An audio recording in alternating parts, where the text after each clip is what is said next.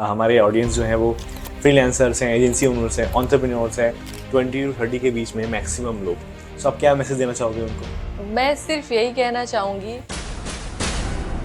क्योंकि आप middle class families में ना या तो डॉक्टर बन सकते हो या इंजीनियर बन सकते हो या ऑफिसर बन सकते हो। लोग नौकरियों पे महिलाओं को पता है क्यों नहीं रखते हैं? अगर कोई मैरिड वुमन है, प्रेग्नेंट होगी, उसका बच्चा होगा, उसको मैटरनल लीव देनी पड़ेगी।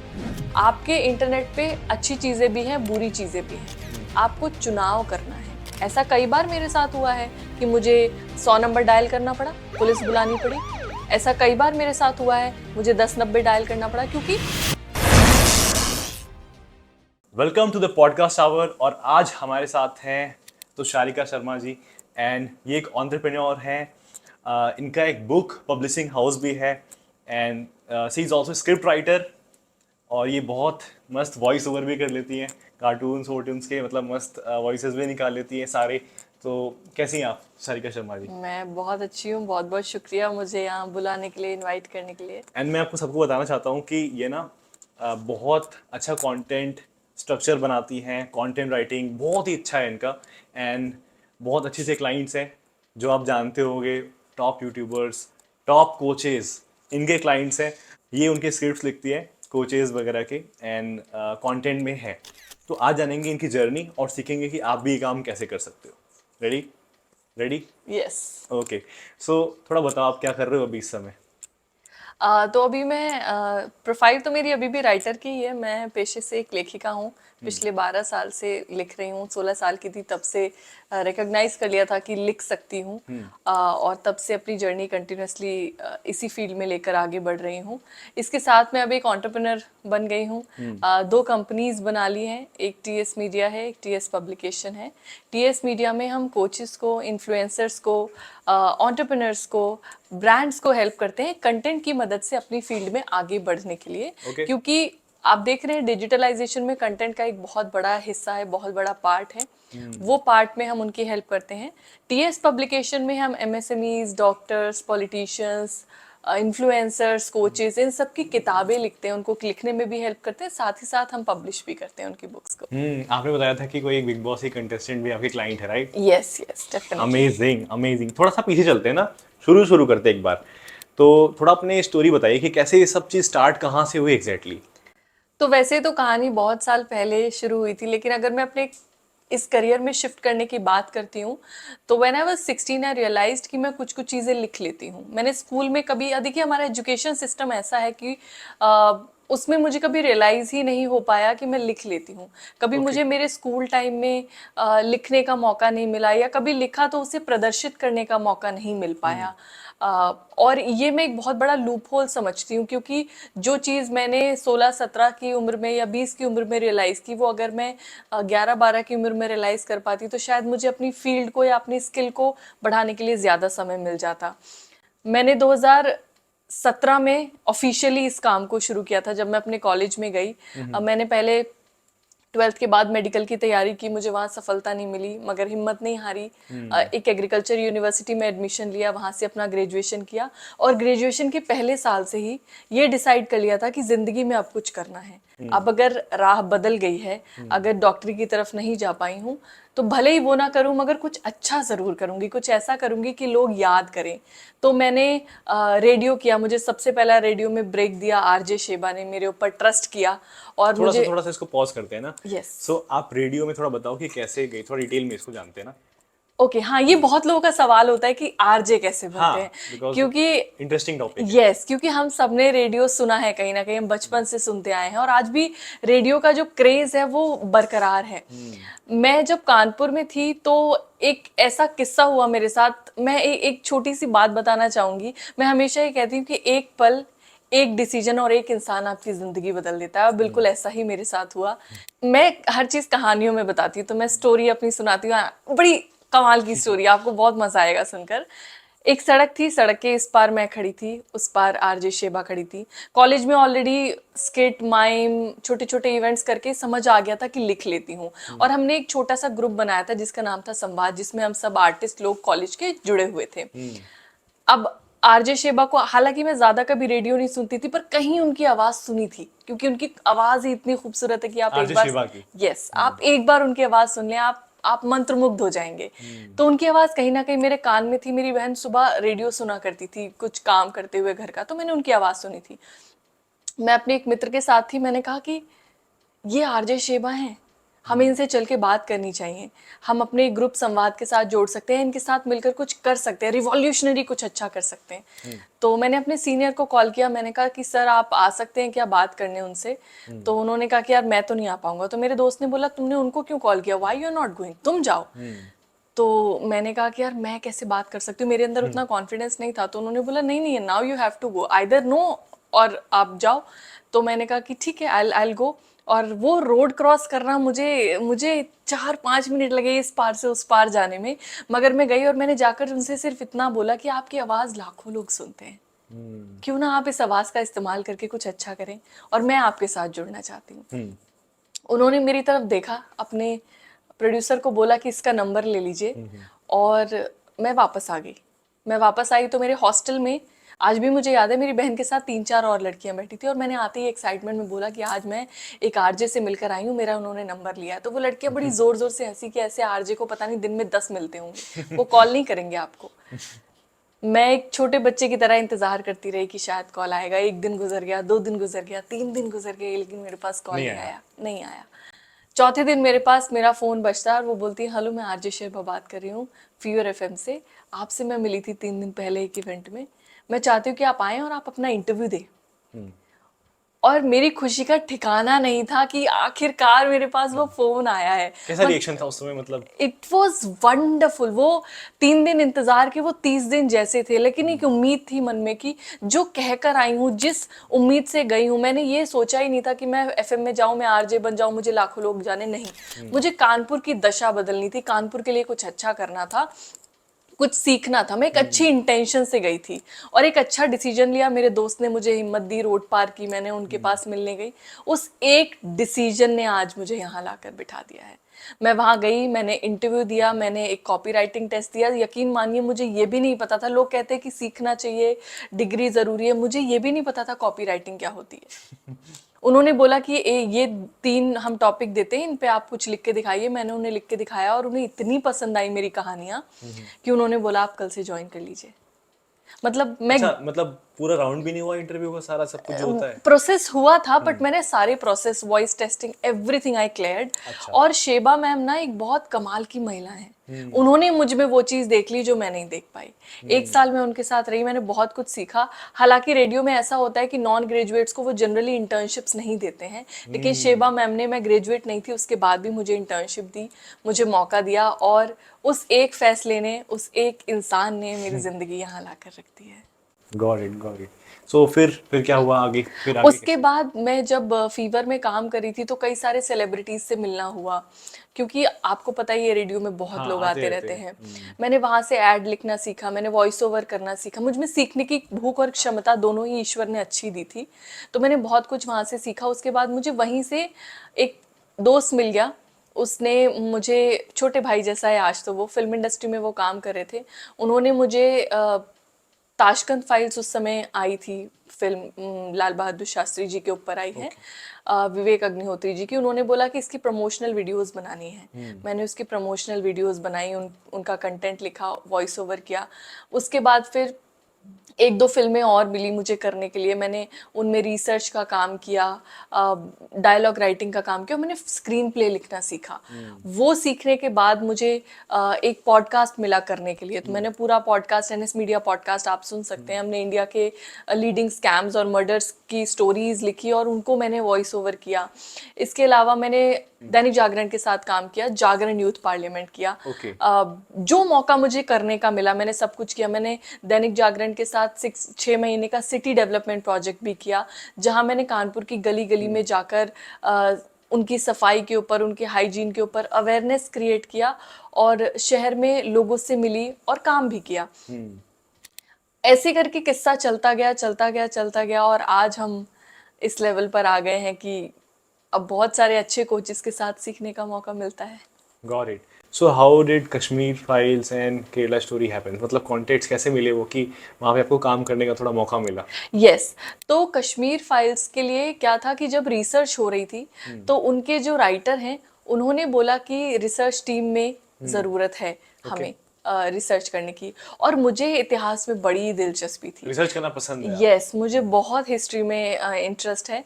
तो मुझे म्यूचुअल कांटेक्ट के थ्रू वो मिले थे, सौरभ एम पांडे नाम है उनका, आज तो वो बड़े भाई जैसे हैं, बहुत अच्छे अच्छे प्रोजेक्ट्स ला रहे हैं। अभी एक और उनका प्रोजेक्ट मनोज बाजपेयी जी के साथ आ रहा है। Got it. तो उनके साथ मुझे मौका मिला, काफ़ी एक्सटेंसिव इंटेंस प्रोजेक्ट था, लेकिन किया मैंने उनके साथ और बहुत कुछ सीखा। केरला स्टोरी जब आई तो उसके प्रमोशन के लिए बहुत रिक्वायरमेंट थी रिसर्च करने की, और मेरा जो एक्सपीरियंस था, अभी रिसेंटली आई थी, तो उस एक्सपीरियंस को इस्तेमाल करके, वो भी मुझे म्यूचुअल कॉन्टैक्ट्स के थ्रू काम मिला। देखिए, जब आपका काम अच्छा होता है ना, तो लोग आपको याद रखते हैं। रेफर भी करते हैं फिर। जब भी कोई अच्छा काम इंडस्ट्री में होता है और लोग अगर मुझे जानते हैं, तो they usually come to me, क्योंकि उन्हें पता है कि ये अगर किसी काम को लेती है तो ये उसको कोशिश करती है कि बेहतर से बेहतर तरीके से किया जाए। एक राइटर के लिए बहुत इंपॉर्टेंट होता है रीड करना, पढ़ना, और पढ़ने की क्षमता मेरी अच्छी है। तो वो चीज़ मैंने बहुत लेवरेज की, और जितना भी काम अभी तक किया है फील्ड में, वो सारा अभी तक नेटवर्क की मदद से ही किया है। मतलब समझ लीजिए, मैंने किसी तरह का कोई एडवर्टीजमेंट आज तक नहीं चलाया अपने लिए। और वो रेफरल से ही ये सारे आए। Yes yes, because the work is so good. Definitely. Got it, got it. So मैं ये पूछना चाहता हूँ ना कि क्या कोई आपके लाइफ में मेंटोर की तरह आया जो कि आपको थोड़ा सपोर्ट किया हो, गाइड किया हो लाइफ में? मैं उसके बारे में थोड़ा जानने में इंटरेस्ट रहेगा मेरा थोड़ा, क्योंकि आप इतना को अचीव कर रहे हो, how it is possible without mentors, तो थोड़ा एक्सप्लेन करो इस चीज़ को। तो जिंदगी में सपोर्ट सिस्टम तो बहुत रहे हैं। मेरे जीवन का सबसे बड़ा सपोर्ट सिस्टम मेरे पिताजी हैं। My father is an amazing man. जब मैं उनके बारे में बात करती हूँ तो मेरी मतलब बॉडी में एकदम, कहते हैं ना कि रोंगटे खड़े हो जाते हैं कि किसी पिता में इतनी हिम्मत कैसे हो सकती है। एक लड़की जब भी एम्पावर होती है ना, हमेशा याद रखिए कि उसके पीछे उसके फादर होते हैं। जब आप घर से बाहर निकले और आपके पिता आपके कंधे पे हाथ रख के कह दे कि बेटा तू जा, बाकी जो होगा हम देख लेंगे, तो वो हिम्मत जो होती है ना, वो फिर आपके पैर उखड़ने नहीं देती है। तो सबसे पहला सपोर्ट सिस्टम तो मेरे फादर हैं, मेरी मदर हैं। मेरी फैमिली बहुत सपोर्टिव है, including my brother and sister. तो वहाँ से सबसे पहला सपोर्ट मुझे मिला। मैंने कभी भी कोई जीवन में अपने करियर में आगे बढ़ने के लिए दिशा चुननी चाहिए, तो मेरी फैमिली ने कभी उसके बीच में हर्डल नहीं बने। वो उन्होंने हमेशा मुझे हर डिसीजन में सपोर्ट किया। मैंने पहले मेडिकल की तैयारी की, वहाँ से स्विच करके मैंने एग्रीकल्चर यूनिवर्सिटी में एडमिशन लिया, उन्होंने वहाँ भी सपोर्ट किया। उसके बाद मैंने स्विच किया सिविल सर्विसेज पे, उन्होंने वहाँ भी सपोर्ट किया। जब सिविल सर्विसेज से मैंने बिजनेस में आने का फैसला लिया, उन्होंने वहाँ भी सपोर्ट किया। तो my father has been a biggest support system. लेकिन अगर मेंटोर की बात करें, गुरु की बात करें, तो मेरे जीवन में सबसे बड़े 2 गुरु रहे हैं। सबसे पहली आरजे शिवा, मैंने आपको बताया, क्योंकि उनसे मैंने इनिशियली सीखा। उसके बाद मेरी ज़िंदगी में 2020 में मेरे गुरु, मेरे बड़े भाई चित्रेश सोनी जी आए थे। मैंने एक इंटर्नशिप के लिए अप्लाई किया था राजस्थानी नमकीन्स में। वहाँ 750-800 लोगों ने अप्लाई किया, और उनमें से एक उन्होंने मुझे चुना। तो साल 2020 में जब चित्रेश सर मुझे मिले, तो उन्होंने मेरा पोटेंशियल देखा, तो उन्होंने थोड़ा मुझे काम देना शुरू किया। कुछ स्मॉल प्रोजेक्ट्स दिए, फिर धीरे धीरे प्रोजेक्ट्स का ड्यूरेशन लेवल बढ़ता गया। पहले एड्स मैंने बनाए, उसके बाद उन्होंने स्टोरी टेलिंग का, या किसी को भी कहीं कंटेंट की ज़रूरत होती थी तो वो मेरा नाम रेफर करते थे। Got it. फिर उन्होंने देखा कि लोग पसंद कर रहे हैं इनका काम, और वो एक ऐसे इंसान है ना जो मुझे ही नहीं, बहुत लोगों उन्होंने सपोर्ट करके उनकी लाइफ में आगे बढ़ने के लिए प्रेरणा दी है। मेरे लिए भी वो एक प्रेरणा स्रोत रहे हैं। आज भी मैं कोई छोटे बड़े डिसीजन लेती हूँ तो उनसे पूछ के लेती हूँ, उनके गाइडेंस में लेती हूँ, और अभी भी वो मुझे मेरी जर्नी में मेरे मेंटोर बनकर मेरे साथ आगे बढ़ रहे हैं। और मुझे लगता है कि ईश्वर ने चाहा तो जो विजन वो मेरे लिए लेकर चलते हैं, या जहाँ वो मुझे चाहते हैं कि मैं पहुँचूँ, मैं मेहनत करके वहाँ ज़रूर पहुँचूँगी। तो आपके फादर और मदर मतलब वो सर्विस क्लास से हैं या फिर बिजनेस बैकग्राउंड से, कैसा है? तो मेरे फादर बाय प्रोफेशन एक लॉयर हैं। मेरी मदर होम मेकर है, और उनका एक बिजनेस भी है फाइनेंस का, बट एक बहुत बड़े स्केल पर नहीं है। हम एक मिडिल क्लास फैमिली से ही बिलोंग करते हैं। इसीलिए मुझे शायद इतना समय लग गया ये फैसला लेने में कि मुझे बिजनेस करना है, मुझे राइटिंग करनी है, मुझे लेखन की फील्ड को चुनना है। क्योंकि आप मिडिल क्लास फैमिलीज में ना, या तो डॉक्टर बन सकते हो, या इंजीनियर बन सकते हो, या ऑफिसर बन सकते ये हो। तो 2-3 चीज़ रह जाती है। मेरी बहन एमबीबीएस कर रही है, मेरा भाई भी एमबीबीएस करने के लिए ही आगे बढ़ रहा है, नीट की वो प्रिपरेशन कर रहा है। तो लोगों को हमेशा ये रहता है कि 2 बच्चे तो अच्छे सेटल हो गए, तीसरी ये क्या कर रही है, राइटिंग राइटर क्या होता है, तो लोग नहीं समझते उस चीज को। मैं यही पॉइंट पे आ रहा था एक्चुअली कि फादर मतलब तो ठीक है सपोर्ट कर दिया, बट रिलेशन में जो लोग रिलेटिव्स वगैरह का क्या रिएक्शन था? वो लोग कहते थे नहीं यार वो ये लड़की क्या कर रही है, बिजनेस में घुस रही है, या फिर ये वॉइसेस, ये थोड़ा सा ऐसा कुछ हुआ आपके साथ? हाँ, रिलेटिव्स जानने वाले लोग अभी भी ऐसी बातें करते हैं, और मैं तो इन चीज़ों से ज़्यादा इत्तेफाक नहीं रखती क्योंकि मेरा घर जाना बहुत कम होता है। जब भी मैं जाती हूँ मैं अपनी फैमिली के साथ हमेशा फैमिली टाइम स्पेंड करती हूँ। मुझे इन चीज़ों से तकलीफ कम होती है, लेकिन उन्हें लोग बहुत परेशान करते हैं इस चीज़ को लेकर कि आपकी बेटी क्या करती है, ये कोई काम थोड़ी होता है, इतना ट्रैवल करती है, मुंबई रहती है, दिल्ली रहती है, आपने इतनी छूट क्यों दे रखी है। लेकिन मेरे फादर एक बड़े, मैंने कहा ना आपको, बड़े एम्बिशियस इंसान है, और मेरे जितने भी सपनों को पंख देते हैं वो मेरे पिताजी ही देते हैं। वो मुझसे कहते हैं कि वो पूरा आसमान देख रही हो, वो तुम्हारा है। मतलब उन्होंने कभी मुझे बांधा नहीं, मेरे पैरों में बेड़ियां नहीं डाली। तो जब आपके माता पिता साथ है तो फिर दुनिया कुछ भी बोलती रहे, उससे क्या फर्क पड़ता है। देखिए, हमारे सामने हमारा विजन क्लियर होता है, हमारी पोटेंशियल हमें पता होती है, हमें जहां पर पहुंचना है, अगर हमें वहां जाना है तो हमें सारी दुनिया को भूल कर आगे बढ़ना पड़ेगा। कहते हैं ना कि जैसे एक घोड़ा नहीं होता है, उसकी आंखों पे वो पट्टी बंधी होती है। सीधा देख रहा है। हाँ, बिल्कुल आपको वैसे ही आगे चलना है। जो मुझे करना है वो करना है, and you have to be very strong. मैं जितना जर्नी में आगे बढ़ रही हूँ उतना लोग रिटेलिएट भी कर रहे हैं, बहुत सारे उनके कलर्स भी देखने को मिलते हैं, लेकिन मेरा लक्ष्य तो सामने है ना। Got it. लोग साथ चले ना चले, मुझे तो वहां पहुंचना है। तो मेरी फैमिली सपोर्टिव है, इसलिए मुझे कोई दिक्कत फर्क नहीं नहीं पड़ता है। नहीं, कोई प्रॉब्लम नहीं होती है। सो मतलब अगर कोई कुछ भी बोले तो आप उतना माइंड नहीं करती, अगर वो फादर मदर नहीं बोल रहा तो दैट इज ओके। हाँ, एब्सोल्युटली, फर्क पड़ना भी नहीं चाहिए क्योंकि ये मेरा विजन है। अगर आपको महेंद्र सिंह धोनी अगर ये सोचते होते तो आज वो महेंद्र सिंह धोनी नहीं होते। अगर लता मंगेशकर ने सोचा होता कि सोसाइटी बोल रही है मैं डॉक्टर बन जाती हूँ, तो आज हमारे पास नाइटिंगेल ऑफ इंडिया नहीं होती। राइट। इंडिया में ना मतलब वुमेन एंटरप्रेन्योर्स बहुत कम है, आप इस बात पे एग्री करते हो? एब्सोल्युटली। क्यों, ऐसा क्यों है? मतलब लड़कियां क्यों नहीं स्टेप अप हो रही हैं, एंटरप्रेन्योर क्यों नहीं बन रही है? देखिए, अब तो ये सिचुएशन कहीं ना कहीं बदल रही है। आप देख भी रहे होंगे कि धीरे धीरे चीजें चेंज हो रही हैं, लेकिन ये हालात आज के नहीं हैं, ये बहुत पहले ही खराब हो गए थे। हमारा वैदिक पीरियड जो है उसे 2 हिस्सों में बांटा गया है, अर्ली वैदिक पीरियड और लेटर वैदिक period. Got it. Early Vedic period शुरुआत का पीरियड था जिसमें ऋग्वेद लिखा गया, सरस्वती नदी के किनारे। सबसे पुराना वेद हमारा ऋग्वेद है। जब आप उस समय की चीजों को पढ़ेंगे तो आपको ये रियलाइज होगा कि महिलाओं का स्तर सोसाइटी में बहुत अच्छा हुआ करता था। अच्छा, उस ऋग्वेद। जी जी। Early example? Early Vedic period में जैसे लोपामुद्रा है, जैसे बहुत सारी महिलाएं थी जो विदुषी हुआ करती थी। पॉलिटिकल डिसीजंस में, सभाओं में, समितियों में महिलाएं उनका हिस्सा हुआ करती थी। जो महिलाएं नृत्य करती थी, डांस किया करती थी, it was said to be a form of art, और उन्हें पूजा जाता था, उन्हें देवी माना जाता था। महिलाएं घर घर के डिसीजंस लिया करती थी। आज भी लोगों को मैं एक बड़ा खूबसूरत सा एग्जाम्पल देना चाहूंगी। हम क्या कहते हैं, आदिवासी पिछड़े हुए होते हैं। मैं आपको एक एग्जाम्पल देती हूँ। एक ट्राइब है, गारो ट्राइब, आदिवासियों की, मेघालय की है। तो लोग जनरली कहते हैं कि जो ट्राइब्स होती है वो पिछड़ी होती हैं, ट्राइबल कम्युनिटीज जो होती है वो पिछड़ी हुई होती है, और सो कॉल्ड हम जो शहर में रह रहे हैं वो बड़े सिविलाइज्ड हैं, बड़े आगे बढ़े हुए हैं। मैं आपको एक बड़ा कमाल का फैक्ट देती हूँ, आपका दिमाग खुल जाएगा एकदम। एक गारो ट्राइब है, मेघालय की ट्राइबल कम्युनिटी है, जिसमें पुरुष महिला के घर विवाहित होकर जाते हैं। तो उल्टा होता है जो यहाँ पे हो रहा है, उसका उल्टा होता वो है। सीधा होता है। हम कर रहे हैं जो, वो शायद उल्टा है। उनके यहाँ महिलाओं को इतना पवित्र माना जाता है कि एक माँ जो जननी है, एक महिला जो परिवार को आगे बढ़ा सकती है, शायद पुरुष को उसके घर जाना चाहिए।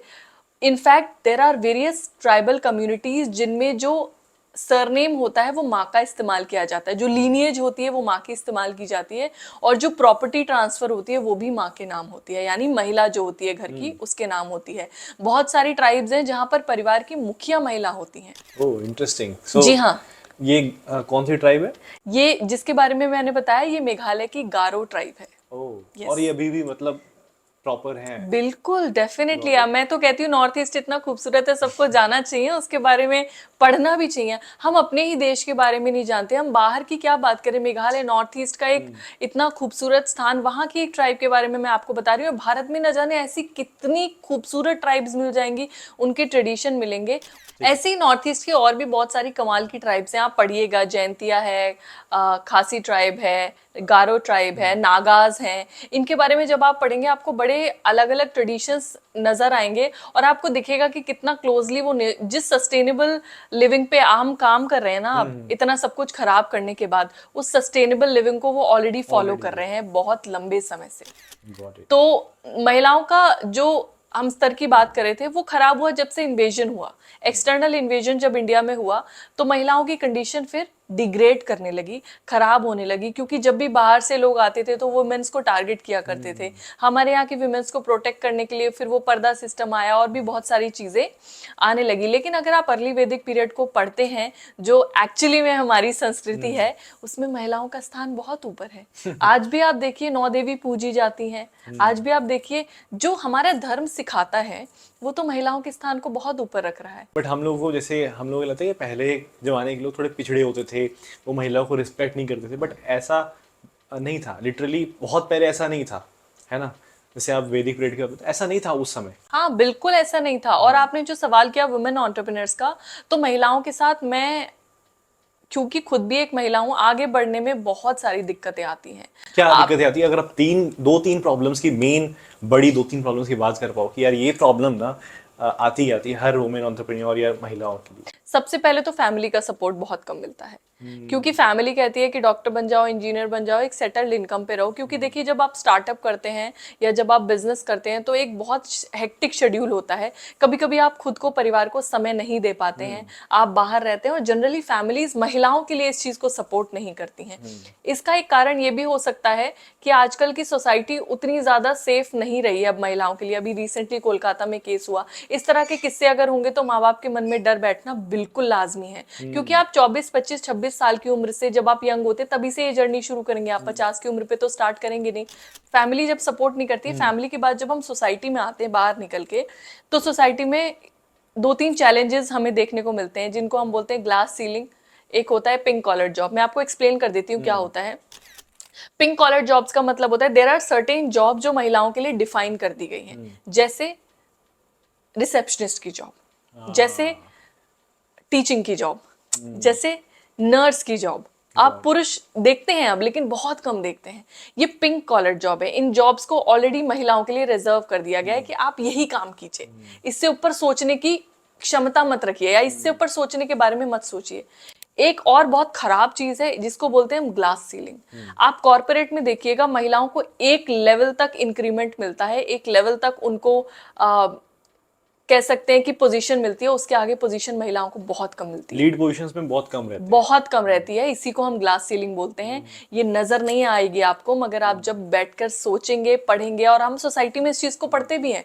ये डार्क रियलिटी है कि यस, ये ग्लास सीलिंग होती is, yes, glass ceiling is a very dark reality which we have to realise, understand and also resolve. इसीलिए आपको ज्यादातर सीईओ, एमडीज या बड़ी बड़ी पोजीशन पे पुरुष ही दिखाई देते हैं, महिलाएं दिखाई नहीं देती हैं, क्योंकि लोग उस लेवल पर जाने के लिए उनको सपोर्ट नहीं करते हैं। आपको एक और चीज मैं बताती हूँ, लोग नौकरियों पे महिलाओं को पता है क्यों नहीं रखते हैं? अगर कोई मैरिड वुमेन है, प्रेग्नेंट होगी, उसका बच्चा होगा, उसको मैटरनल लीव देनी पड़ेगी। कितनी खराब चीज है। हाँ, वो सोचते हैं ऐसे। बहुत सारी महिलाओं को 5-5, 6-6 महीने की प्रेगनेंसी में निकाल दिया जाता है कि अरे अब तो ये काम ही नहीं करती है। हम प्रोडक्टिविटी में ह्यूमैनिटी को तो खत्म ही कर चुके हैं। ये चीजें अगर होंगी तो महिलाएं कैसे आगे बढ़ेंगी? हाँ, गवर्नमेंट सपोर्ट कर रही है डेफिनेटली, बहुत सारे प्लान्स है, बहुत सारी स्कीम्स हैं जिनमें महिलाओं को सपोर्ट किया जाता है। या अगर आपको प्रॉपर्टी लेनी है, बिजनेस करना है, इजी लोन मिल जाता है, ज्यादा अमाउंट पे मिल जाता है, कम ब्याज दर पे मिल जाता है। लेकिन वहां तक महिलाएं पहुंचे तो सही बात है। फिर तीसरी प्रॉब्लम आती है जब आप क्लाइंट के पास जाते हो। बड़ी प्रैक्टिकल प्रॉब्लम बता रही हूँ, मैं खुद क्लाइंट्स के पास जाती हूँ, वो मुझे गलत नजर से देखने लगते हैं। डेफिनेटली ये प्रॉब्लम होता है। ये बहुत होता है। अच्छा। ये इतना होता है कि वो मैं किसी मीटिंग में जा रही हूँ तो वो पहले तो मुझे ये इंश्योर करना पड़ता है कि ये इंसान मेरे बारे में कुछ गलत ना सोचने लगे। और ऐसा बहुत बार होता है, कई बहुत बड़ी डील्स मैंने मना की है सिर्फ इसी वजह से, because they were thinking something else about me, और मुझे मना करना पड़ा कि नहीं, ये तो पॉसिबल ही So, नहीं है। हमेशा एक थोड़ा डर तो बना रहता होगा माइंड में, अगर आप किसी से मिलने जा रहे हो क्लाइंट से, तो थोड़ा एक डर तो बना रहता है कि यार पता नहीं कौन कैसे होंगे, एक अंदर डर तो रहता होगा ना ऐसा।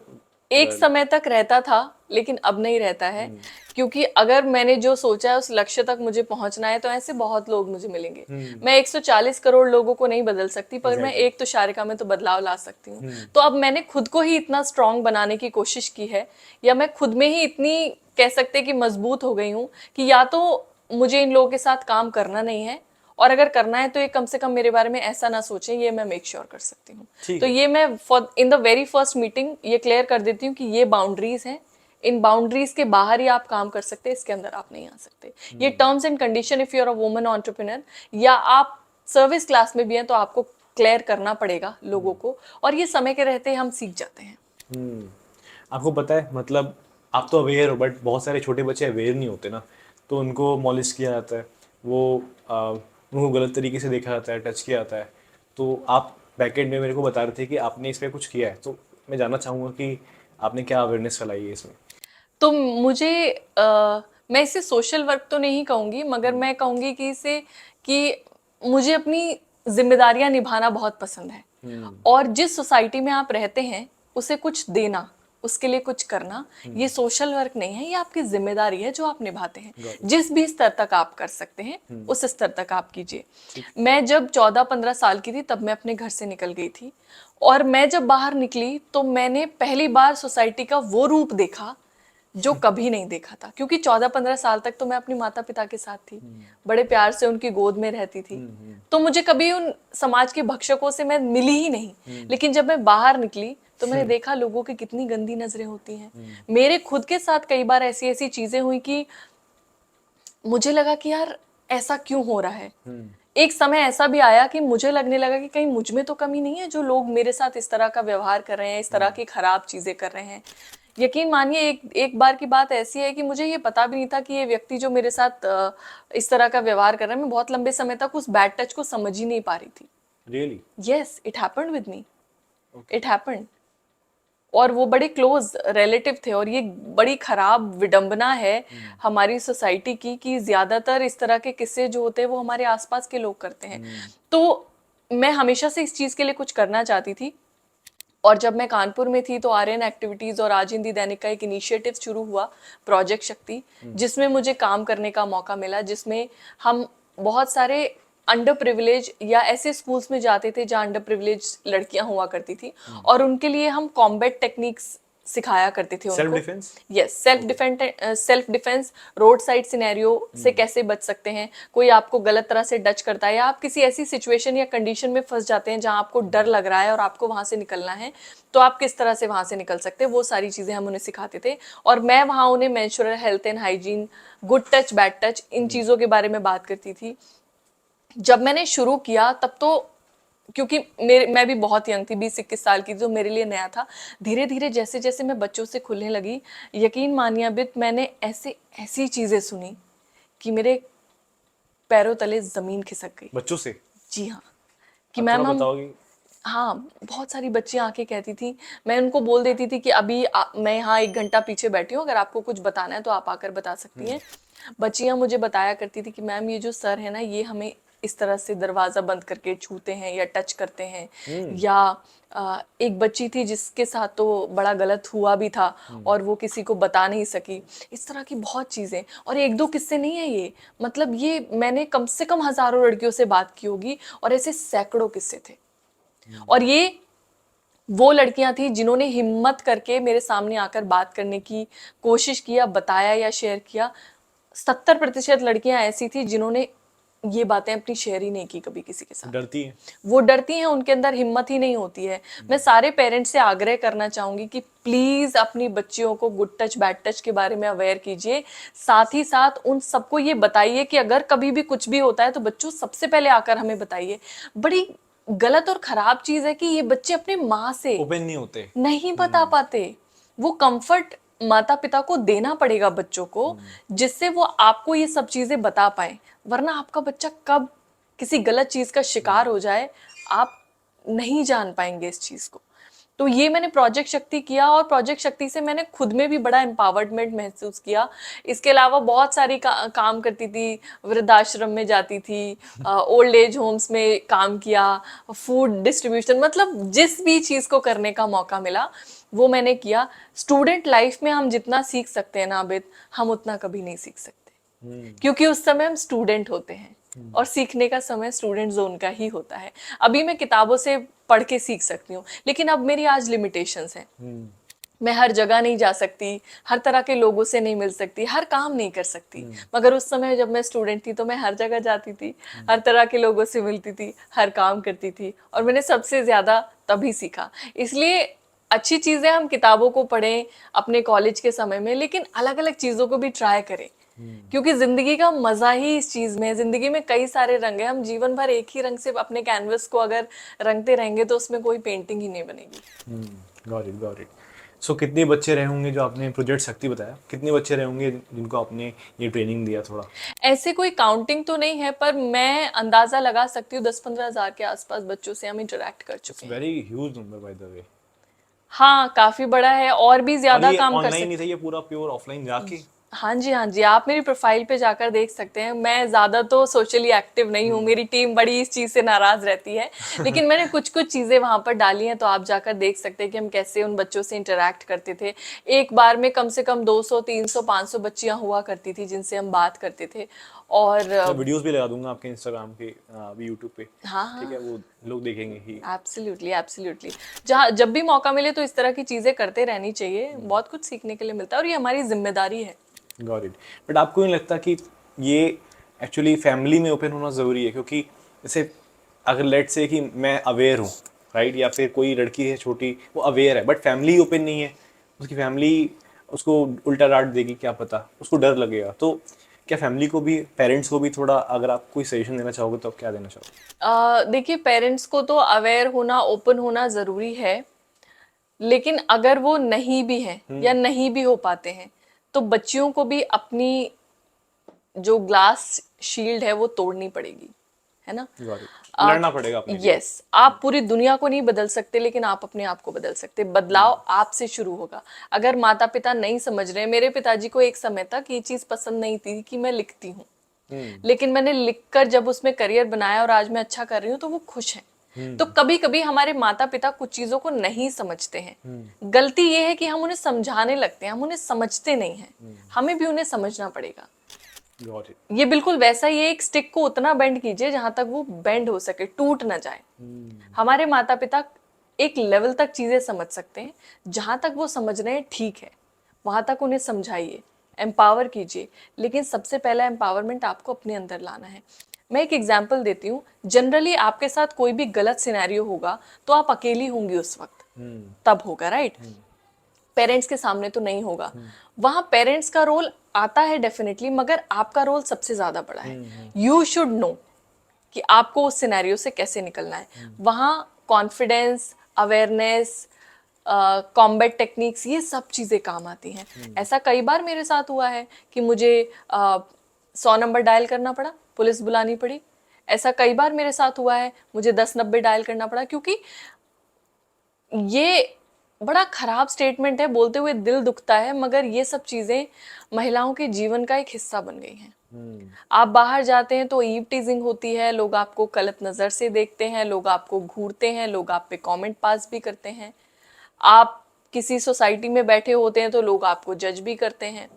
तो महिलाओं के साथ तो सुबह से लेकर शाम तक 50 चीजें ऐसी होती हैं, और अब हमें लड़ने की और उन चीजों के साथ जीने की आदत हो गई है। लेकिन आवाज उठानी चाहिए, अपने आप को आप एम्पावर करेंगे तो आप किसी भी चीज से निकल सकते हैं। ओके, सो लेट्स से एक 20 से 24 साल के कोई स्टूडेंट्स देख रहे हैं इस वीडियो को, राइट, बिकॉज मेरी जो ऑडियंस है वो 20 to 30 के बीच में मैक्सिमम लोग, and they want to start their own business, but parents कहते हैं भाई कॉलेज कर, तू जॉब कर, सर्विस में ही रह, क्या बिजनेस में रिस्क बहुत है। और वो कैसे कन्विंस कर सकते, मतलब आपने बोला स्टिक इतनी नहीं खींचनी कि टूट जाए, उनको कैसे कन्विंस करे? तो ये सेम सिनेरियो मेरे साथ था। मेरे पिताजी चाहते थे कि मैं सिविल सर्विसेज करूं, और अच्छी सोच थी उनकी, डेफिनेटली अच्छी सोच है, लेकिन मुझे बिजनेस करना था, तो मैंने एकदम से सारी चीज़ें नहीं की। मैंने धीरे धीरे धीरे धीरे पढ़ाई के साथ अपने स्किल सेट को डेवलप किया, इंटर्नशिप्स किया, फ्रीलांस किया, और जब मेरे को लगा कि अब मैं अपना बिजनेस सेटअप कर सकती हूँ, तो धीरे धीरे स्विच किया। अगर मैं एकदम से अपने पिताजी को बोलती कि लाइए मुझे 5 लाख 10 लाख रुपए इन्वेस्टमेंट दीजिए और मैं अपना बिजनेस शुरू करती हूँ, तो शायद वो उतनी हिम्मत ना कर पाते। मगर मैंने फ्रीलांस किया, अपना पैसा कलेक्ट किया, पैसा कलेक्ट करने के बाद अपने बिजनेस में इन्वेस्ट किया, एंड देन स्लोली मैंने अपना बिजनेस स्टार्ट किया। तो वो समझते हैं, देखिए कोई भी माता पिता ये नहीं चाहते कि हमारा बच्चा दुखी रहे, उसे खाना ना मिले। वो आपको जॉब के लिए इसलिए बोलते हैं क्योंकि वो सर्टेनिटी चाहते हैं, वो चाहते हैं कि आप एक पीसफुल लाइफ जिए। लेकिन अगर, मैं तो कहती हूँ जब रिस्क है तभी तो इश्क है। तो रिस्क लेना, अगर आपको बड़ा करना है तो आपको रिस्क लेना पड़ेगा। अगर माता पिता नहीं समझ रहे हैं तो आप उन्हें धीरे धीरे करके समझाइए, एकदम से सब कुछ उनके ऊपर मत डालिए। डेफिनेटली वो समझेंगे। अगर आप अच्छा करेंगे अपने करियर में तो वो डेफिनेटली समझेंगे। आप अपनी स्किल सेट को इतना मजबूत कीजिए कि आपका क्लाइंट आपको आपके नाम से, आपके काम से जाने। इसमें मैं अपना एग्जांपल थोड़ा दूं। डेफिनेटली। सो मैं इंजीनियरिंग की तैयारी कर रहा था 11th 12th में, मतलब सोचा कि इंजीनियरिंग करना, और मैं काम भी कर रहा था अपना। तो वो लोग कहते थे यार काम हम इतना क्या ही करते हो, पढ़ाई करो ना प्रॉपर। तो मैं उनसे कोई झगड़ता नहीं था, कोई लड़ता नहीं था। एंड उसके बाद फिर 12th के एंड तक मैं 2-2.5 लाख पर मंथ अर्न करने लग गया था। तो वो ना, फिर वो कुछ बोल नहीं पाए क्योंकि वो ऑलरेडी प्रूफ और रिजल्ट्स वो देख पा रहे, वैसे देख पा रहे। अब वो ज़्यादा कुछ बोल नहीं पाते क्योंकि there is proof, right. And अगर मैं बोलता उनको शुरुआत में, अगर मैं ज़ीरो अर्न कर रहा हूँ, मैं बोलता कि मुझे बिजनेस करना है, मैं कंप्लीटली पढ़ाई छोड़ने वाला हूँ, तो मेरे लिए भी सही नहीं है। तो आपने सही बोला कि हाँ, स्टिक को इतना बेंड नहीं करना चाहिए कि वो एकदम से टूट जाए। आप थोड़ा अर्न करके कॉन्सेप्ट ऑफ प्रूफ तो दो, राइट। सो आप इसे एग्री करती हैं कि कॉन्सेप्ट ऑफ प्रूफ देना बहुत ज़रूरी है थोड़ा सा? एब्सोल्युटली, बिल्कुल इम्पॉर्टेंट है। क्योंकि मैंने बोला ना कि आपके पेरेंट्स चाहते हैं कि आप एक सर्टेन लाइफ जिए, वो आपका बुरा नहीं चाहते। आप ऐसा सोचते हैं क्योंकि वो आपके अकॉर्डिंग चीजें नहीं बोल रहे, तो आपको लग रहा है कि ये तो मेरा साथ ही नहीं दे रहे हैं। वो हमेशा आपके साथ हैं। आप इस फील्ड में अच्छा करें, किसी और फील्ड में अच्छा करें, prove your self, they will be with you. Got it. आपका बुक पब्लिशिंग हाउस भी है, आप दूसरों के लिए बुक्स वगैरह पब्लिश करते हैं, राइट? यस। सो आपकी अपनी बुक है? अभी मैं अपनी 2 बुक्स पे काम कर रही हूँ। पिछले 1.5 साल से मैं अपनी किताब पे काम कर रही हूँ। थोड़ा सा थोड़ा लंबा। रिवील आप करना चाहोगे कि इस टॉपिक के बारे में, या फिर रिलीज होने के बाद ही रिवील होगा? हाँ, वो एक बार रिलीज होगी। एक्चुअली मैं बता देती हूँ, मैं एक महिला के बारे में ही किताब लिख रही हूँ। किताब का नाम जब आएगा तो आपको समझ आएगा कि ठीक क्या है। है। एक महिला जो, ये रियल लाइफ स्टोरी है। एक लड़की जो एक बहुत छोटे से गांव में, जहाँ सड़क भी नहीं पहुंची है, वहां पैदा हुई है। वहां से पैदा होकर कैसे वो स्कूल के हेडमास्टर बनती है। तो ये आपका बुक का पूरा थीम है? बिल्कुल, ये पूरी स्टोरी है। और मैं मुंशी प्रेमचंद जी की कई किताबें पढ़ चुकी हूँ, और जिस तरह से वो भारत के गांव को, उनकी चीज़ों को नैरेट करते हैं, मैंने कोशिश की है मैं उसी तरह से लिखूं। ये एक उस महिला के बारे में किताब है जिनसे मैं बहुत इंस्पायर होती हूँ। कैसे उन्होंने अपना जीवन बदला, अपने गांव की पहली ग्रेजुएट महिला बनी, और आज उनके गांव में हर महिला ग्रेजुएट है। तो ये उनके बारे में कहानी गॉट मैंने इट। लिखी है। सो बहुत सारे क्लाइंट्स होंगे जो आपसे बुक लिखवाते होंगे, राइट? आपको नहीं लगता कंटेंट राइटिंग डेड हो रहा है एआई से? एआई आ गया है, मैं तो लिख दूंगा कि right a book for me, थोड़ा मैं प्रॉम्प्ट डालता रहूँगा एंड वो लिखता जाएगा, फिर मैं सेकंड चैप्टर लिखवाऊंगा, फिर और लिखवाऊंगा। तो थोड़ा मेहनत मैं एआई के साथ करूंगा, मुझे आपकी ज़रूरत क्यों फिर? देखिए, आर्टिफिशियल इंटेलिजेंस है। आर्टिफिशियल है, उसमें इमोशनल इंटेलिजेंस, ह्यूमन इंटेलिजेंस नहीं है। अभी राइट? नहीं है, हम कह अब, सकते हैं। हाँ, डेफिनेटली कल हो सकता है आ जाए। लेकिन अगर, देखिए ये सारी चीजें ह्यूमन से हैं, ह्यूमंस इनसे नहीं है। राइट?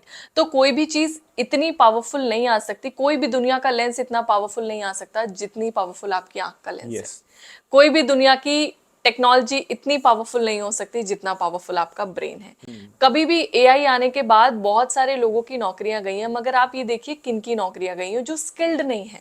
जो सिर्फ कंटेंट राइटिंग के नाम पे सिर्फ लिख देते हैं, बस दिमाग में जो आता है वो लिख देते हैं। जो बेसिक लेवल का काम कर रहे बेसिक। हैं, जो बहुत बेसिक लेवल का काम कर रहे हैं। जब कंप्यूटर आया था तब भी लोगों ने उसका विरोध इसी तरह किया था कि अरे इससे लाखों नौकरियां जाएंगी। कंप्यूटर ने हमारी जिंदगी को आसान किया है।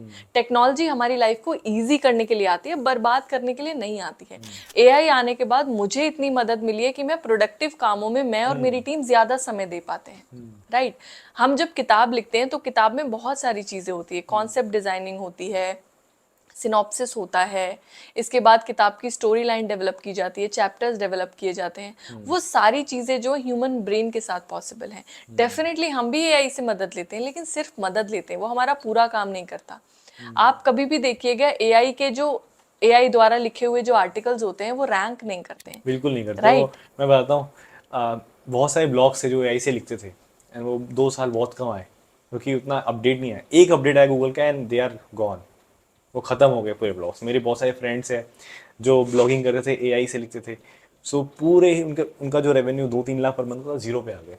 तो आप ये बात सही बोल रहे हो, कंटिन्यू करो। यस, क्योंकि इसका कारण सिर्फ यही है क्योंकि ये टेक्नोलॉजी ह्यूमन से है, ह्यूमन इन टेक्नोलॉजी से नहीं है। गूगल या बड़े बड़े स्टार्टअप्स या बड़े बड़े बिजनेस ये सभी जानते हैं कि human interface, human touch important है। यस। और इसीलिए ये भी सपोर्ट नहीं करते उस चीज को। नहीं करते। तो एआई आपकी जिंदगी आसान बनाएगा, अगले 10 साल 20 साल में लाइफ बहुत बेहतरीन कर देगा। मगर ये सब मिथ की कंटेंट राइटिंग की नौकरी चली जाएगी या ये हो जाए, ऐसा कुछ भी नहीं है।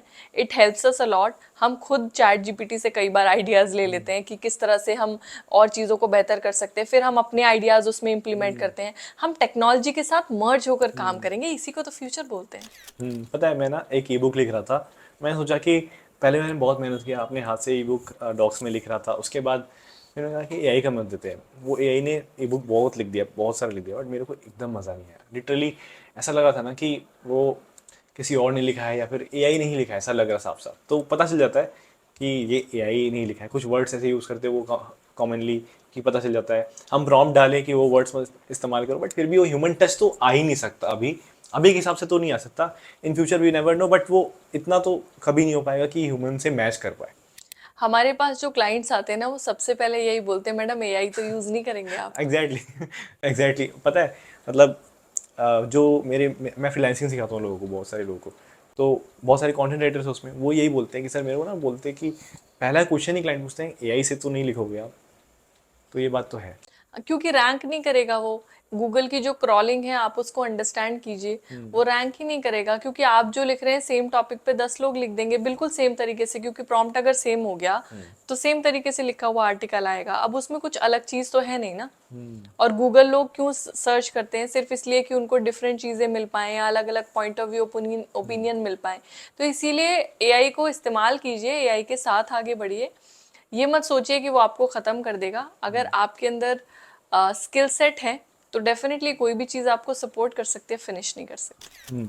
आजकल जो यूथ है ना, वो भटक रहे थोड़ा। मतलब वो ट्रेडिंग कर रहा था कि जल्दी पैसा कमाया, थोड़ा क्यों फालतू स्किल सीखा जाए। वो ट्रेडिंग करते हैं। आपको पता है बहुत सारे स्कैम्स भी हो रहे हैं। कुछ लोग कलर ट्रेडिंग करते हैं, वो कलर पता नहीं क्या होता है उसमें। तो क्यों भटक रहे हैं लोग? मतलब वो एक स्किल सीख के प्रॉपर काम क्यों नहीं करना चाह रहे? आपको क्यों लगता है ऐसा? इसमें बहुत सारी चीज़ें हैं। देखिए, ह्यूमन रिटेंशन डिजिटलाइजेशन के बाद बहुत कम हो गया है। पहले हमें कोई जानकारी लेनी होती तो हम किताब ढूंढा करते थे, किताब ढूंढ के उस किताब को पढ़ते थे, उस किताब में से इंफॉर्मेशन निकालते थे। आज हम एक प्रॉम्प्ट डालते हैं गूगल पे और हमें सारी चीज़ें मिल जाती हैं। यहाँ तक भी ठीक था, समझ में आती थी चीज़ें। इसके बाद जब ये वीडियोस का कल्चर चला, अब हमें कौन क्या इन्फॉर्मेशन दे रहा है, हमारे ब्रेन में क्या फीड हो रहा है, हमें कोई आइडिया नहीं है। यूट्यूब आया, यूट्यूब पे लोग 8-8 10-10 मिनट की वीडियोस बनाने लगे। रिटेंशन हमारा कम हो चुका था, क्योंकि हम जो किताब से निकालते थे या गूगल से निकालते थे उसको और ड्यूरेशन कम कर दिया गया कि भाई हम सब कुछ कंपाइल करके आपको यहाँ पर दे देंगे, यानी आपके दिमाग को अब कुछ काम ही नहीं करना। उसके बाद आया रील्स और शॉर्ट। आज हमें 30 सेकंड में स्टोरी चाहिए। राइट। इस चीज का इम्पैक्ट ह्यूमन साइकोलॉजी पे इतना बुरा है कि आजकल के जो नए बच्चे हैं उनमें नए नए डिसऑर्डर्स बनने लगे हैं। आज के जो नए यूथ है उसमें नए नए डिसऑर्डर बनने लगे। लोग एक दूसरे की बात सुन नहीं पाते हैं, एक दूसरे को समय नहीं दे पाते हैं। आप कोई बात बोल रहे हो, मेरे अंदर इतना रिटेंशन का पावर ही नहीं है कि मैं आपकी बात को समझ पाऊं। क्यों? क्योंकि मुझे तो 30 सेकंड में स्टोरी सुननी है। जब आप अकेले अपने साथ समय नहीं बिता पाते, उनको हमेशा कुछ ना कुछ स्क्रॉल करना है। हम जल्दी जल्दी जल्दी जल्दी में उस चीज का जो एक्चुअल ब्रेन को मिलने वाला है या बॉडी को मिलने वाला न्यूट्रिशन है वो खत्म कर चुके हैं। There is nothing left. आजकल लोगों को 5 मिनट में खाना बना हुआ चाहिए, कैसे बन जाएगा? उसमें न्यूट्रिशन ही नहीं है, वो आपके शरीर के लिए अच्छा ही नहीं है। तो यूथ के भटकने का सबसे बड़ा कारण डिजिटलाइजेशन है।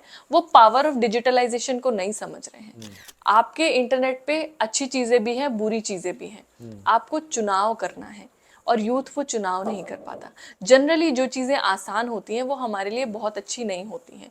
जैसे बर्गर खाना आसान है मगर जिम जाना थोड़ा मुश्किल है। बट हमारी बॉडी के लिए बेटर क्या है? जिम जाना। एग्जैक्टली। ना कि बर्गर खाना, राइट? तो जो चीजें, जो रास्ते जनरली आसान दिखते हैं वो रास्ते अक्सर हमारे लिए अच्छे नहीं होते। मगर क्योंकि हमारे अंदर ना पेशेंस है, ना हमारे अंदर अब रिटेंशन है, ना हमारे अंदर अंडरस्टैंड करने की क्षमता है, ना हमारे अंदर खोजने का अब जज्बा बचा है, किसी भी चीज को याद करने का, सीखने का जज्बा बचा है। इसकी वजह से हम क्या करते हैं, हम एक आसान रास्ते का चुनाव कर लेते हैं और जनरली लोग उस चीज पे भटक जाते हैं। लेकिन आप ये मानिए या मत मानिए, जितने भी लोग अपनी जिंदगी में आगे बढ़े हैं या कुछ अच्छा कर रहे हैं, उन्होंने 2 साल 3 साल 4 साल अपनी स्किल सेट पे काम किया है, मेहनत की है, तभी वो यहाँ पर पहुंचे हैं। चाहे आप महेंद्र सिंह धोनी को ले लीजिए, चाहे आप लता मंगेशकर को ले लीजिए, चाहे आप एपीजे अब्दुल कलाम को ले लीजिए, ये तो बहुत पुराने लोग हैं। चाहे आप मार्क जुकरबर्ग को ले लीजिए, आप एलॉन मस्क को ले लीजिए, आप इनको पढ़िए, इन्होंने अब कितना कितना साल अपनी फील्ड को दिया है, कितनी छोटी उम्र से ये लोग काम कर रहे थे। तो जल्दी मिलने वाली सक्सेस परमानेंट नहीं होती है, जनरली टेम्परेरी होती है। अगर आपको लंबी रेस का खिलाड़ी बनना है तो वो स्टेमिना अपने अंदर डेवलप करना पड़ेगा। वो स्टेमिना डेवलप करने के लिए लगती है मेहनत। उसेन बोल्ट कुछ सेकंड की स्प्रिंट मारते हैं जिसके लिए वो पूरे साल मेहनत करते हैं। आपको पता है 1-1 2-2 सेकंड की फाइट के लिए 6-6 7-7 महीने 10-10 घंटे काम करना, के लिए भी वो लड़ते हैं। 10-10 घंटे काम करना पड़ता है। तो चीजें डेवलप होती हैं समय के साथ। अगर हम समय नहीं देंगे तो हम ना स्किल डेवलप कर पाएंगे, ना जिंदगी में कुछ बेहतर कर पाएंगे। शॉर्टकट आपको आपकी मंजिल तक नहीं पहुंचा सकता, एक डेस्टिनेशन तक पहुंचा सकता है, मगर वहां तक पहुंचने के लिए तो आपको रास्ता पूरा तय करना पड़ेगा। कोई हार्डवर्क का सब्स्टिट्यूट नहीं है। बिल्कुल भी नहीं है। हार्डवर्क मैं थोड़ा सा बिलीव कम करती हूँ। स्मार्ट वर्क कीजिए, आप गधे की तरह काम नहीं करना है, स्मार्ट वर्क करना है, लेकिन शॉर्टकट के पीछे मत भागिए, है ना? कि 2 घंटे में मैं ट्रेडिंग सीख लूंगा, इसीलिए तो पैसा डूब रहा है आपका। 2 घंटे की स्मार्ट क्लास में आप कैसे ट्रेडिंग सीख लोगे, कैसे स्टॉक मार्केट सीख लोगे? स्टॉक्स की प्रॉपर स्टडी होती है, पूरी हायरार्की निकाली जाती है। इस कंपनी का स्टॉक अगर आगे बढ़ेगा तो क्यों बढ़ेगा इसका stock, what are the things they are investing in, ये सस्टेनेबल चीजों पे काम कर रहे हैं, ये एसडीजीज पे काम कर रहे हैं, या ये किसी फ्यूचर टेक्नोलॉजी पे काम कर रहे हैं। क्योंकि हम भी बिजनेस केस स्टडीज में हेल्प करते हैं, रिसर्चेज में हेल्प करते हैं, तो हम भी ये सब चीज़ें पढ़ते रहते हैं। मगर हमें उतना ज्ञान नहीं है कि हम स्टॉक्स और शेयर्स में ट्रेड करें, तो हम नहीं करते। तो अगर कोई भी काम कर रहे हैं उस पर रिसर्च कीजिए, उस फील्ड को 1 साल 2 साल दीजिए और देखिए आप कैसे एक्सेल करते हैं। इस डिजिटलाइजेशन की पावर को इस्तेमाल कीजिए। Got it, interesting. सो मेरा नेक्स्ट क्वेश्चन ये है ना कि आप स्क्रिप्टिंग करते हो अच्छे अच्छे लोगों के लिए, बड़े बड़े लोग, इनफैक्ट अपने मूवीज़ में भी अपना पार्ट निभाया स्क्रिप्टिंग में। मैं एक यूट्यूबर हूँ, ठीक है, मेरे को एक वीडियो स्क्रिप्ट करना है वहाँ, तो एक स्ट्रक्चर क्या होना चाहिए? क्योंकि मेरे को दिक्कत आती है स्क्रिप्टिंग में, ज़्यादातर करता है पॉइंटर बना लिया ऐसे ऐसे, एंड फिर वीडियो स्टार्ट हो गया, बीच बीच में रोक रोक के पॉइंटर्स देख लिए, कंप्लीट हो गया। सो क्या तरीका होना चाहिए स्क्रिप्टिंग का, अगर आप शॉर्ट में बता पाओ, ताकि लोग समझ पाएँ? क्योंकि बहुत अच्छे अच्छे कॉन्टेंट क्रिएटर हैं, ध्रुव राठी हो गए, राइट, ऐसे बहुत सारे हैं, मोहन मंगल हो गए। सो वो लोग स्क्रिप्ट कैसे करते हैं, वो उनका क्या तरीका होता है, थोड़ा सा आप बताओगे मेरे को? हाँ, तो एक जनरल स्ट्रक्चर है जो आप इस्तेमाल कर सकते हो। वैसे तो क्या होता है कि हर वीडियो के साथ, हर टॉपिक के साथ थोड़ा बदलाव आता है, स्ट्रैटेजी बदलती है, लेकिन एक जनरल स्ट्रक्चर की अगर मैं बात करूं कि हम किस तरह से काम करते हैं, सबसे पहले तो हम एसईओ बेस्ड टॉपिक्स ढूंढते हैं कि मार्केट में आपकी नीश में क्या चल रहा है। अगर आप एक हेल्थ कोच हैं, आप एक बिजनेस कोच हैं, आप एक फाइनेंस कोच हैं, आप किसी और चीज के बारे में बात करते हैं, तो आपकी फील्ड में क्या चल रहा है, तो वो बहुत सारे टूल्स आपको मिल जाएंगे जहां से आपको वो टॉपिक्स मिल जाते हैं। जब आपको वो टॉपिक मिल जाते हैं, ट्रेंडिंग टॉपिक कि लोग ये सर्च कर रहे हैं, अब आप उस टॉपिक को लेकर कीजिए रिसर्च। रिसर्च करने के लिए आप गूगल का इस्तेमाल कर सकते हैं, मगर ऑथेंटिक वेबसाइट का इस्तेमाल कीजिए। जैसे इकोनॉमिक टाइम्स है, बिजनेस टुडे है, लाइव मिंट है, द हिंदू है, मनी कंट्रोल है।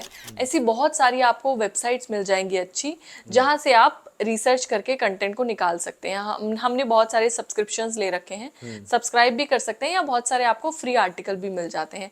गवर्नमेंट वेबसाइट्स आप प्रेफर कर सकते हैं, PRS हो गई है ना, बहुत सारी वेबसाइट्स, गवर्नमेंट वेबसाइट्स, मिनिस्ट्री की वेबसाइट्स है, गवर्नमेंट ऑफ इंडिया की वेबसाइट्स है, वहां से आपको बहुत सारी चीजें, बहुत सारी डिटेल्स मिल जाती हैं। ऑथेंटिक वेबसाइट से हम रिसर्च करके उसका एक रिसर्च डॉक्यूमेंट बना लीजिए हायरार्की में। जैसे मान लीजिए आप पार्ले जी के ऊपर कर रहे हैं रिसर्च, तो पार्ले जी की शुरुआत कहाँ से हुई, क्या आइडिया था, उस समय मार्केट कैसा था, प्रोडक्ट में इनिशियल इनोवेशन किस तरह से की गई, उसके बाद आज मार्केट कितना बड़ा है, कैसे पार्ले जी ने मार्केटिंग की, किस तरह से उसने पिवट किया मार्केट में, या किस तरह की स्ट्रैटेजीज का इस्तेमाल किया, आज क्या है, फ्यूचर में क्या करने वाले, कॉम्पिटिटर्स कैसे है, मार्केट में किस तरह के बदलाव आ रहे, सारी चीज़ें आपने लिखी, रिसर्च बना लिया। अब उस रिसर्च को बैठकर देखिए कि अब इससे मैं कहानी कैसे निकाल सकता हूँ। जब उस रिसर्च को आप देखेंगे, धीरे धीरे उसको एक स्क्रिप्ट में कन्वर्ट कीजिए। हम स्क्रिप्ट में जनरली एक हुक रखते हैं, एक ब्रिजिंग रखते हैं, उस ब्रिज को कनेक्ट करते हैं स्टोरी से, जो आपकी बीच की बॉडी है। बॉडी के बाद एक ब्रिज होता है जो कनेक्ट करता है आपके कॉल टू एक्शन को, जो भी आपका बाद में कंक्लूजन होगा, कॉल टू एक्शन होगा। ये एक जनरल स्ट्रक्चर है जिसे हम यूजुअली फॉलो करते हैं। अरे वाह, मतलब ये मैं कहाँ आपको ही छोड़ता हूँ, क्योंकि हम लोग इतना रिसर्च कर नहीं पाएंगे। जो हम लोग एक्सपर्टीज़ है मैं उस पर फोकस करूँगा, बट मेरे को समझ आ गया कि बेसिक स्ट्रक्चर क्या होना चाहिए स्क्रिप्टिंग का। नेक्स्ट टाइम मे बी मैं थोड़ा यूज़ भी करूँगा कि हर एक चीज़ नोट कर लिया and then try to give a proper hook, bridge करना है स्टोरी से, एंड उसके बाद स्टोरी से कैसे स्टोरी से ही ले आके कंटिन्यू कर सके। बिकॉज बोलते हैं ना उसको कि स्टोरी सेल्स, बिकता है स्टोरी। अगर बचपन से वही हम लोग सुनते आ रहे, कहानी सुनते आ रहे, सो वही बिकता है। अगर स्टोरी है कहीं, सब लोग, आप डॉक्टर विवेक बिंद्रा को देख लीजिए, आप ध्रुव राठी को देख लीजिए, सब लोगों ने जो अपना यूट्यूब चैनल ग्रो किया है, they have all use stories, right. So stories की पावर बहुत है। जैसे आप भी बहुत सारी स्टोरी सुनाते हो and you are expert, because आपका वही काम है, content creation, scripting. Amazing amazing. मैं हमेशा बोलती हूँ, मेरे जितने भी क्लाइंट्स आते हैं, मार्केट में कभी भी प्रोडक्ट नहीं बिकता, आपकी कहानी बिकती है। आप प्रोडक्ट के साथ कहानी जोड़िए। आप मार्केट में जब टाटा का नमक लेने जाते हैं ना, तो आप भरोसा लेने जाते हैं। जब आप पतंजलि का प्रोडक्ट लेते हैं तो आप स्वदेशी चीज लेने जाते हैं, राइट। तो हर एक ब्रांड जिसने एक्सेल किया है, ग्रो किया है, उसके साथ एक कहानी जुड़ी है। तो क्योंकि ह्यूमन साइकोलॉजी सर ऐसे ही काम करती है। हम बचपन से दादी नानी की कहानियां सुनते हुए बड़े हुए, हम स्कूल में गए तो हमें स्टोरी बुक्स पकड़ा दी गई, उसके बाद हम बड़े हुए तो हमने मुंशी प्रेमचंद की कहानियां पढ़ी, हम और बड़े हुए तो हमने स्कूल में, कॉलेजेस में जाकर हमने नॉवेल्स पढ़नी शुरू कर दी। तो हम बचपन से बड़े होने तक कहानियों में ही रहते हैं। सही बात है। और हमारा ह्यूमन ब्रेन जो है वो डेटा फैक्ट्स भूल सकता है, पर स्टोरी नहीं भूलता कभी भी। तो इसीलिए जब भी आपके ब्रांड के साथ एक कहानी जुड़ी होती है, तो लोग उससे ज्यादा कनेक्ट कर पाते हैं और आप जल्दी ग्रो कर पाते हैं। गॉट इट परफेक्ट, समझ गया मैं। सो अब जो हम लोग का पार्ट आएगा ना, वो है थोड़ा रैपिड फायर राउंड, ठीक है। ऐसे मैं आपको कुछ ऑप्शन दूंगा, so it is like a fun part, ठीक है। एंड उसके बाद दोबारा भी आएंगे कंटेंट पे।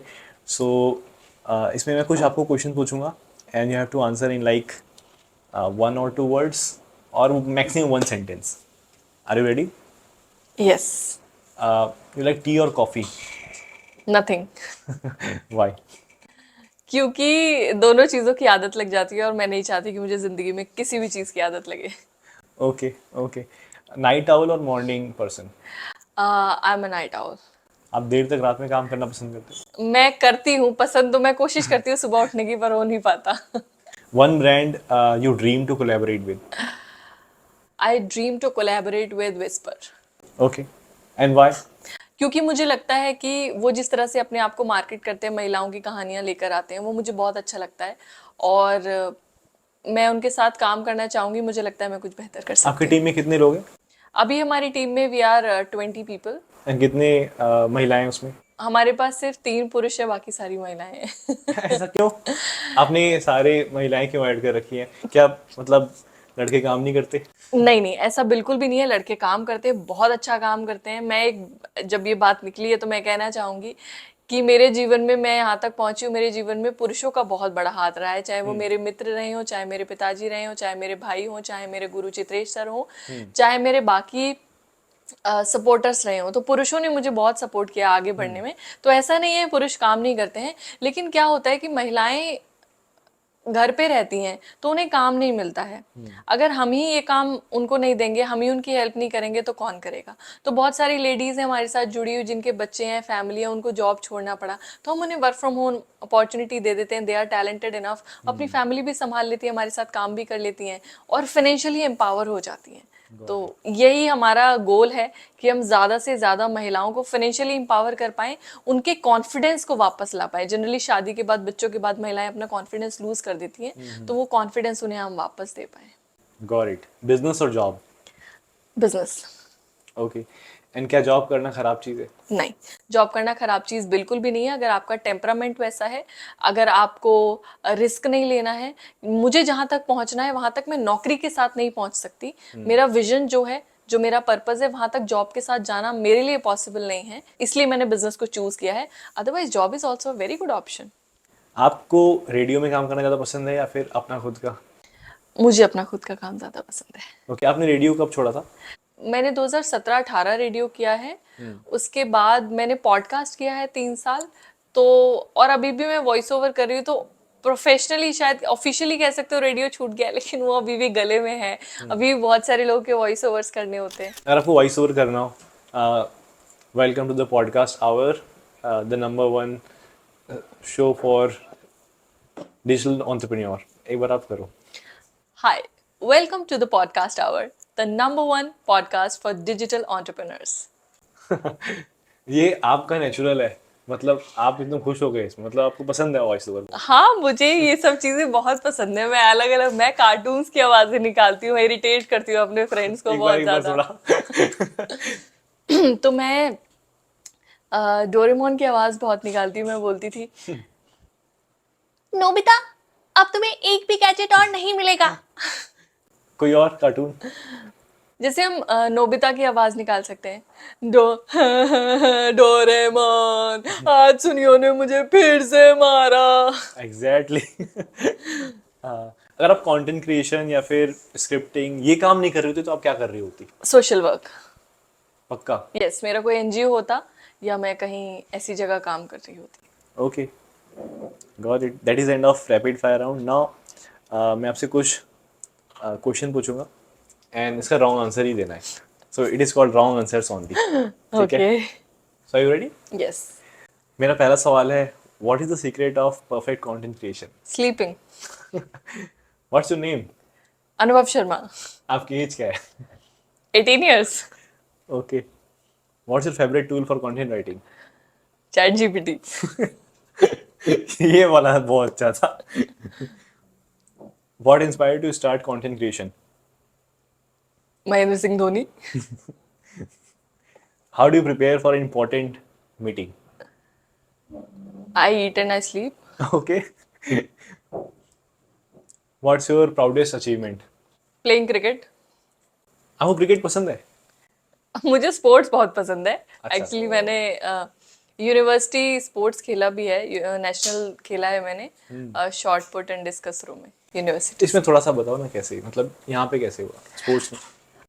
मुझे स्पोर्ट्स करना था, but I was not physically बहुत ज़्यादा फिट, या मैंने बचपन से स्पोर्ट्स नहीं किया क्योंकि I was always into books and studies. लेकिन मेरे अंदर था कि मुझे करना है, तो मैंने अपने बैचमेट्स को बोला कि भाई मुझे ट्राई करना है यूनिवर्सिटी स्पोर्ट्स के लिए। तो 1 साल मैंने ट्राई किया, मेरा नहीं हुआ। दूसरे साल ट्राई किया, नहीं हुआ। तीसरे साल ट्राई किया, नहीं हुआ। मैंने 4th ईयर सोच लिया था, मैंने कहा अभी तो जाना ही है। तो मैंने कोशिश की सीखने की, shot put discus throw. But और एक डायलॉग है ना कि जब आप किसी चीज़ को शिद्दत से चाहते हैं तो वो पूरी कायनात आपको उससे मिलाने की कोशिश में लग जाती है। तो मुझे कोच मिले नीरज शर्मा, जिन्होंने इंटरनेशनली और नेशनली इंडिया के लिए बहुत सारे मेडल्स लाए हैं। वो पुलिस में थे ऑलरेडी।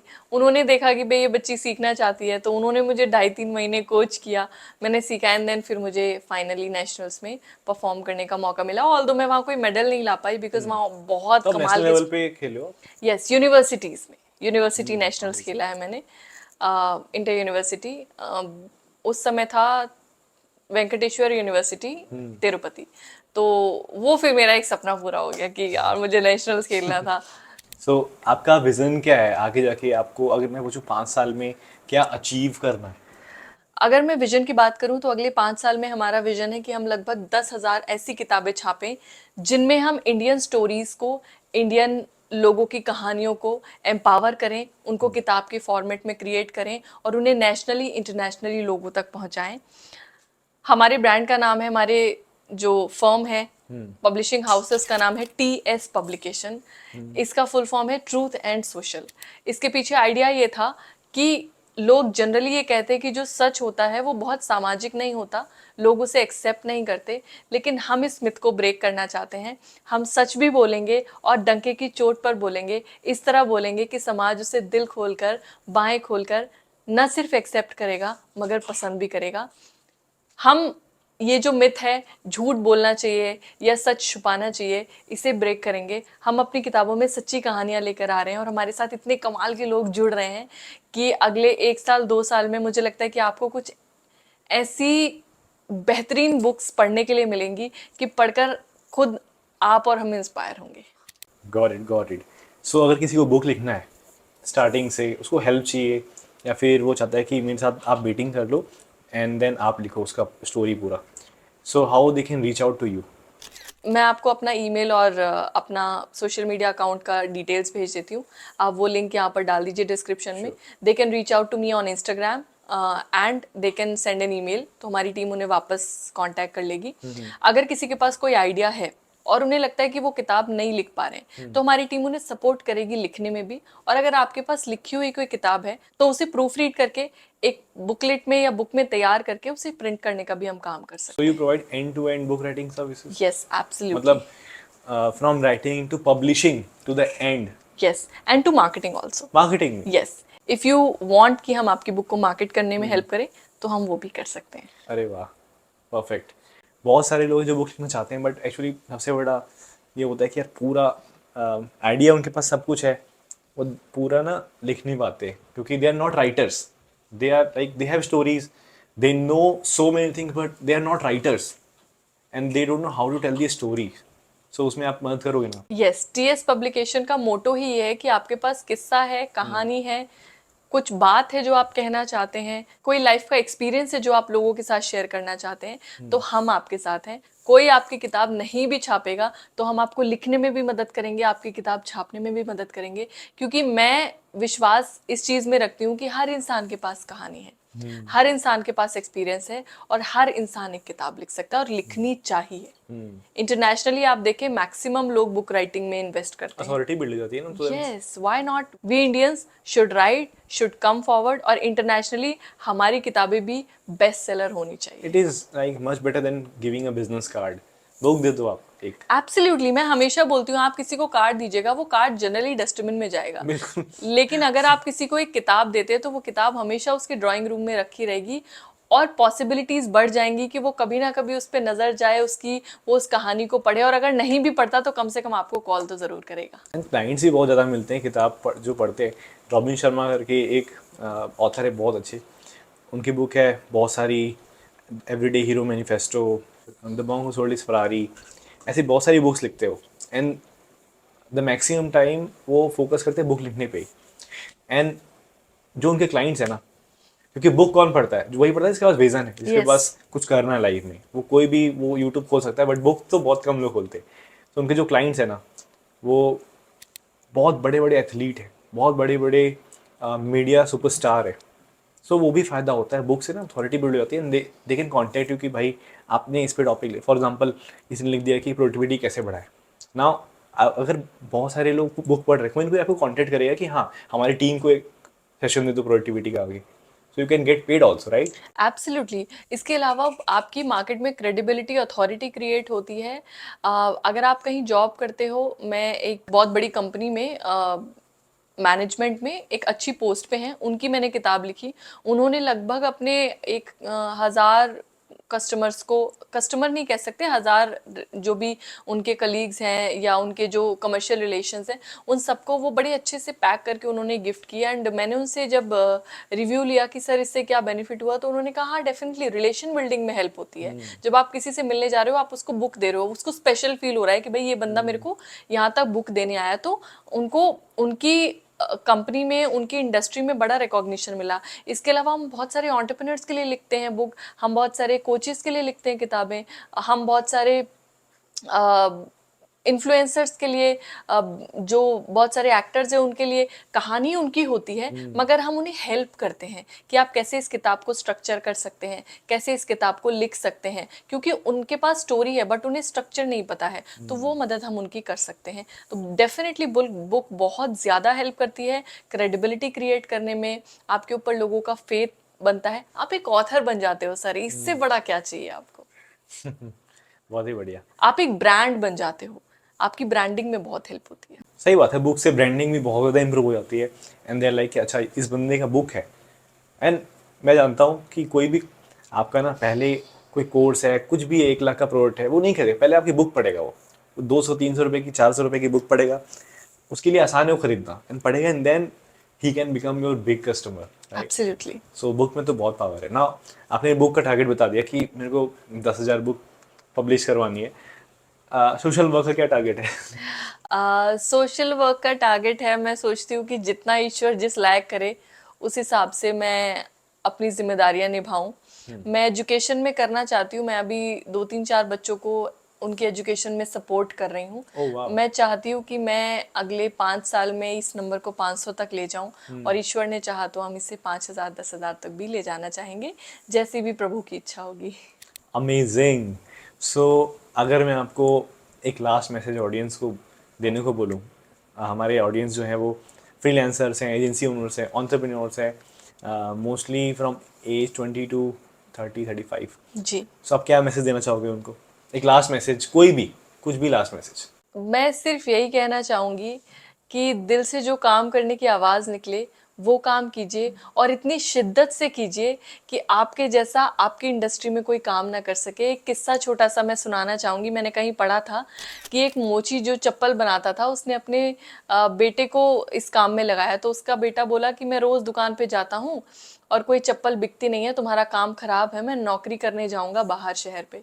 तो उसका पिता उसे बोलता है कि चलो एक बार दुकान में चलते हैं। उसको दुकान में लेकर गया और बोला कि तुम जितनी भी चप्पल तुमने सिली है, मन से एक भी नहीं सिली है, सारी की सारी चप्पलें देखो वापस आ गई हैं। उसने एक बड़ी कमाल की लाइन बोली और उसने बोला, बेटा मोची बन, लेकिन ऐसा बन कि तेरे इलाके में तेरे जैसा मोची कोई दूसरा नहीं होना चाहिए।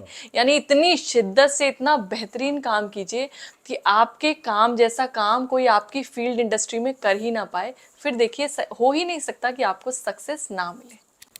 Thank you so much for doing this. Have you enjoyed the conversation?